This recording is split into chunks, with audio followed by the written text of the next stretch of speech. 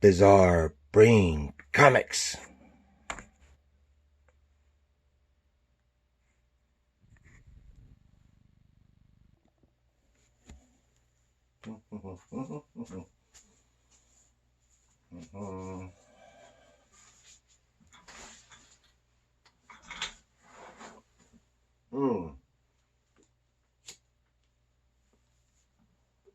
Hello, Gary here for Bizarre Brain Comics.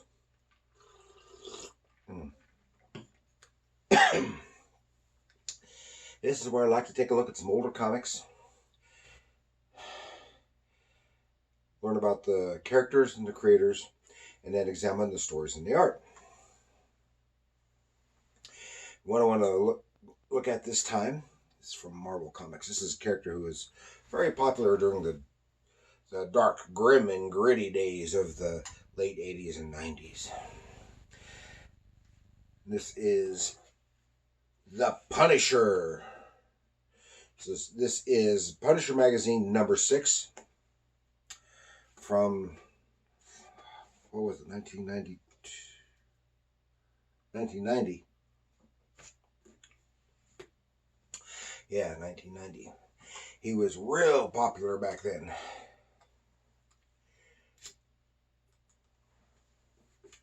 He's had varying degrees of popularity before and since. Take a look at the big book of knowledge. Yeah, Punisher Magazine, number 6, 1990. Okay, the Punisher is Frank Castle. I guess his name was Castiglione, I think, something like that. And it was just shortened to Castle, Frank Castle. He's an anti-hero, an American, in Marvel Comics. He was a Vietnam-era Marine. Over the years, they've adjusted that origin. But originally, he was a Marine in Vietnam. With his family, he was with his family, and they were caught in the middle of a gang war shootout in which his family are killed, his wife and children. Then, racked by grief, he turns his wartime expertise towards fatally eliminating criminal elements from the American streets. He was created by writer Jerry Conway and artists John Romita Sr. and Ross Andru. And he made his first appearance in Amazing Spider-Man number 129 in 1974. He was originally depicted as an assassin, directed at Spider-Man, thinking he was a menace. But after their conflict, he changed his mind and left Spidey alone. As a vigilante, the Punisher utilizes extreme violence and methods to further his war against organized crime. And he is known for his stylized skull logo on his chest. And since his symbol was adopted unofficially by the Blue Lives Matter movement and other extreme right-wing groups, this was largely in counter of the Black Lives Matter movement. Marvel officially retired that symbol in 2022, and it is being replaced by a new, I think that's sad because I always liked that symbol. It was replaced by a new stylized horn skull emblem inspired by a Japanese mythological demon called Oni, if I pronounced that correctly. Of course, the Punisher has gone through a variety of major and minor changes over the decades.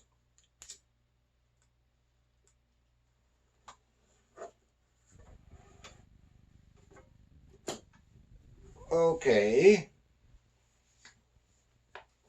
Let us go delve into the pages and experience the punishment of the Punisher.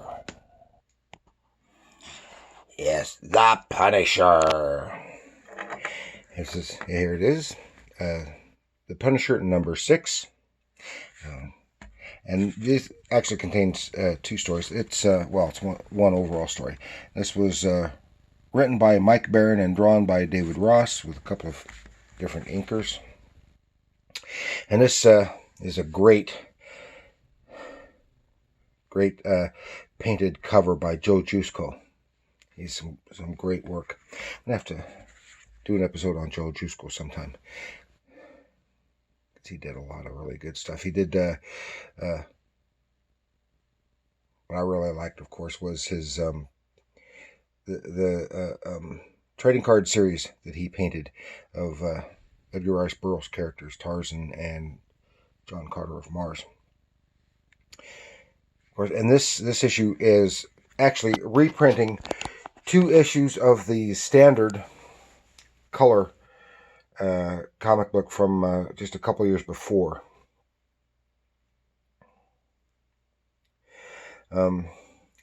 And way back in the 70s, must have been sometime in the late 70s, I'd say 76, 77, 78, somewhere along in there, Marvel had a black and white magazine, and I cannot remember the title of it, because each issue featured a different character that have some original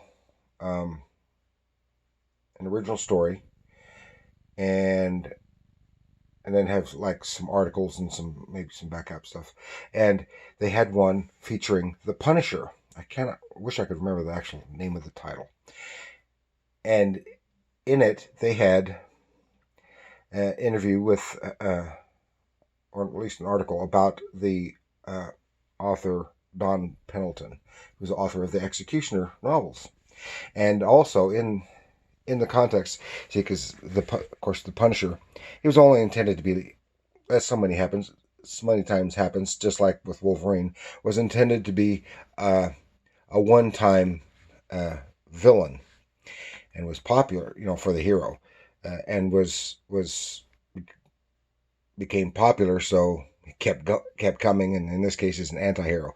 And the same thing happened with Wolverine and the Hulk.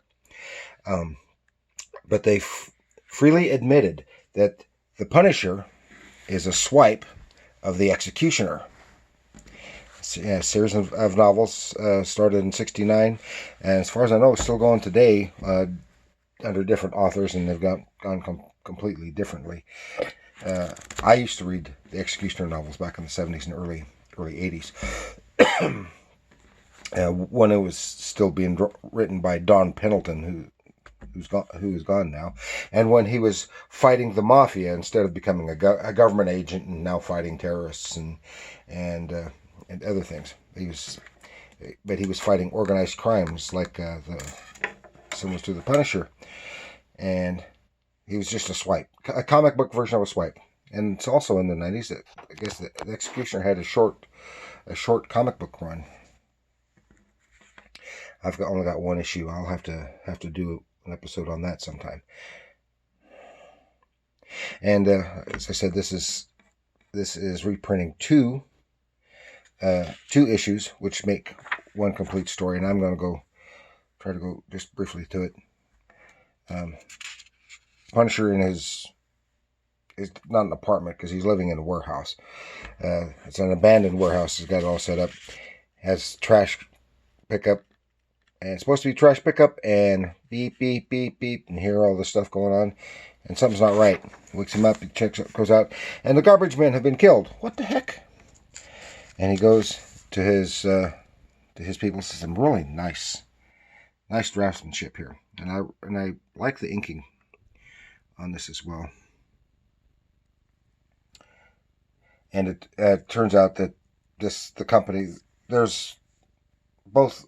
there are a couple of companies who are involved in organized crime, who do involved in trash stuff. This is in New Jersey, garbage pickup. That's why this title is called Garbage. And I guess they're kind of going to war, which is one of these reasons why these guys were killed. He goes to go check stuff out at the landfill. Something's going on. That's nice. This guy is nice. Overhearing these guys talking. about deliveries. Finds out that there's something involving what is apparently toxic waste. This is what, at least what he thinks, and the place is overrun. They're complaining about making all these runs all this time, and it's making him sick. Doesn't know what the stuff is. That's nice. He winds up having to take some guys out because he gets discovered. Boom, boom, boom. There's a Geiger counter, a piece of radiac equipment, and it's clicking away. So it's not just toxic waste; it's nuclear waste or radioactive material. And you find out that a little more goes to this other place. This is where it's real bad. This is where it's real bad. The whole big garbage dump. He sneaks in, and there's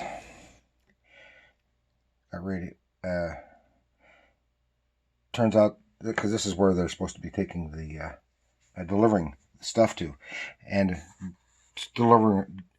supposed to be delivering this stuff to some Arabs. Some nice artwork here, real nice panel. It gets a little confusing. Some of it might work better in color, not so much there. Some in there, something about a wild rose growing in this. In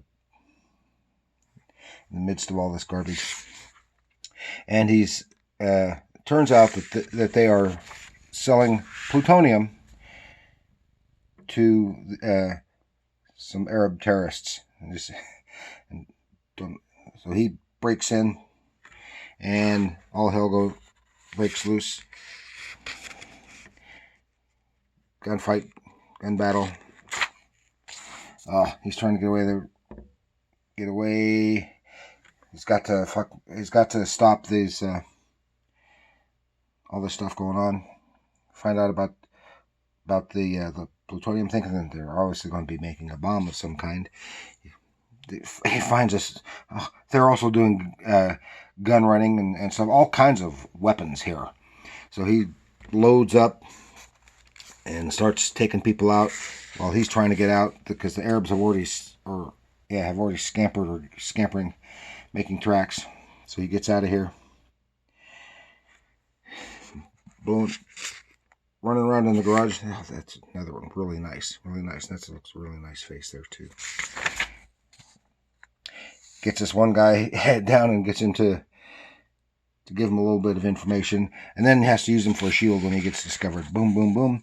And it turns out here, tossing grenades, and just as he's going to blow the place up, because I've already gone with the plutonium, the whole place is being attacked by the other gang, who knows nothing about it. See, and this is the original cover, Mike Mignola cover to this particular story. This gradation and darkness here.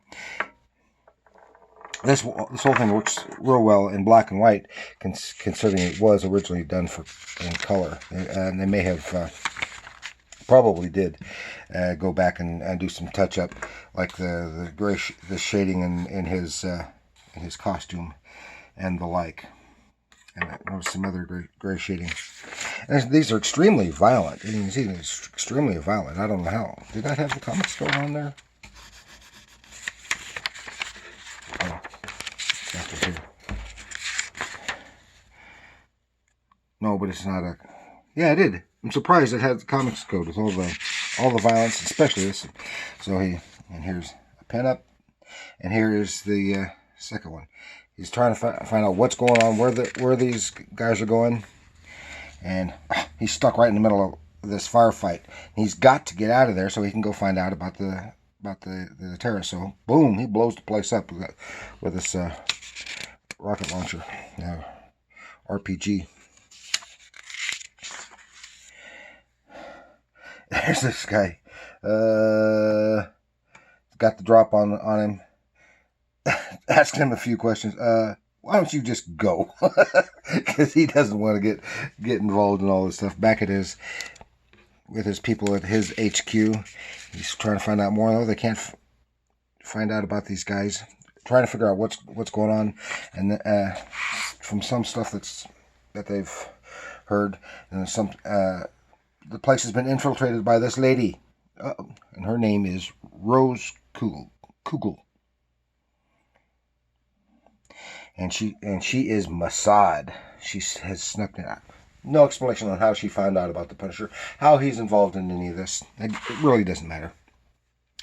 So here's that Arab guy and on videotape from a week or so before. It says, "Death to the enemies of Islam! Long live the revolutionary jihad!" And they're going to.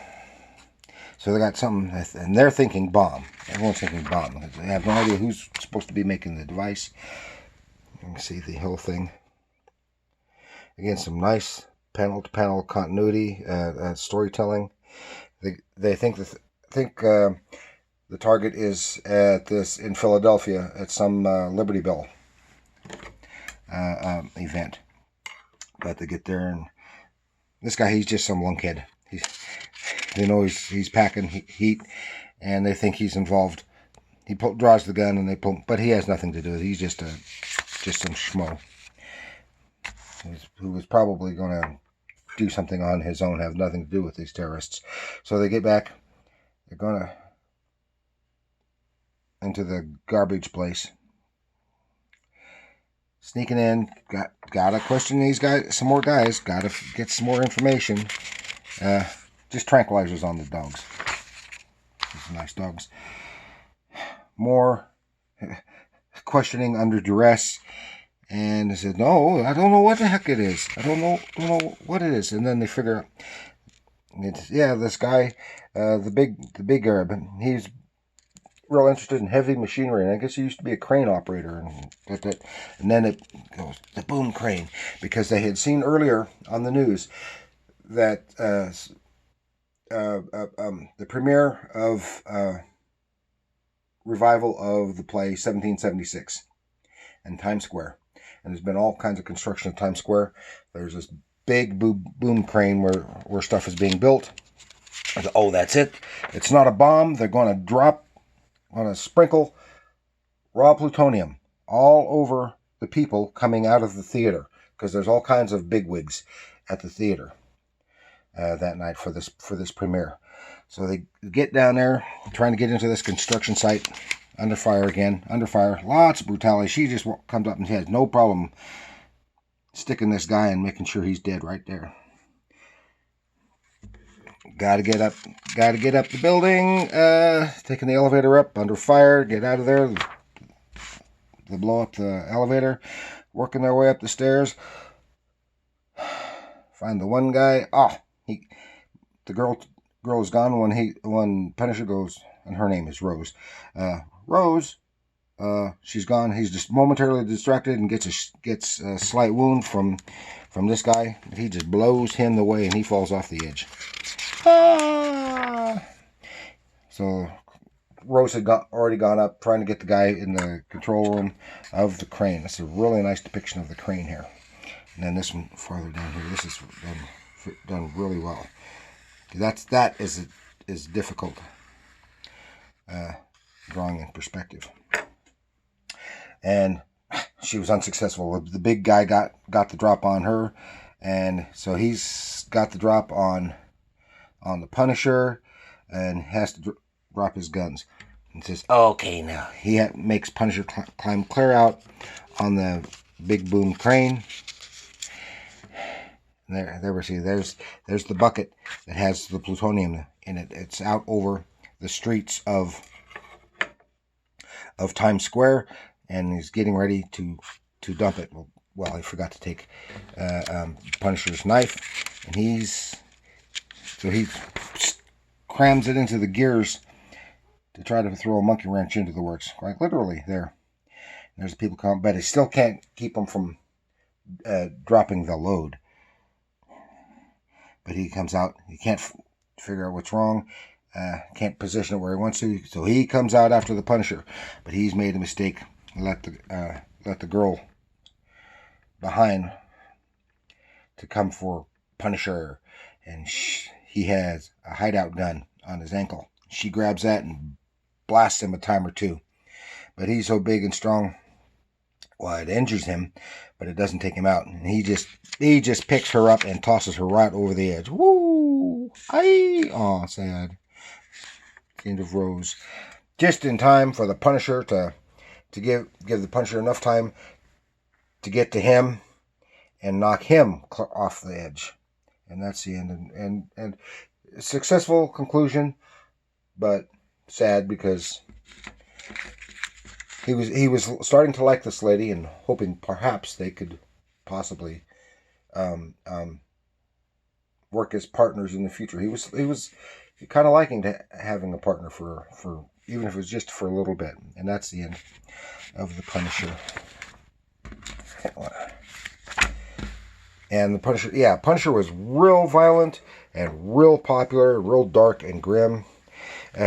Most of his solo stories were along this lines, very grounded, down to earth type stories. But he did cross over with the superheroes, and it got more involved with supervillains when he was involved with superheroes. Otherwise, it was mostly just this down-to-earth criminals, terrorists, etc. So that's all I've got for the Punisher. The Punisher! Yeah, but said the Punisher was real popular. It had 3 live-action movies and a TV series. So, and had none of that for the Executioner yet, and the Punisher is just a swipe of the Executioner. Although there have been talks about an Executioner movie various times over the years.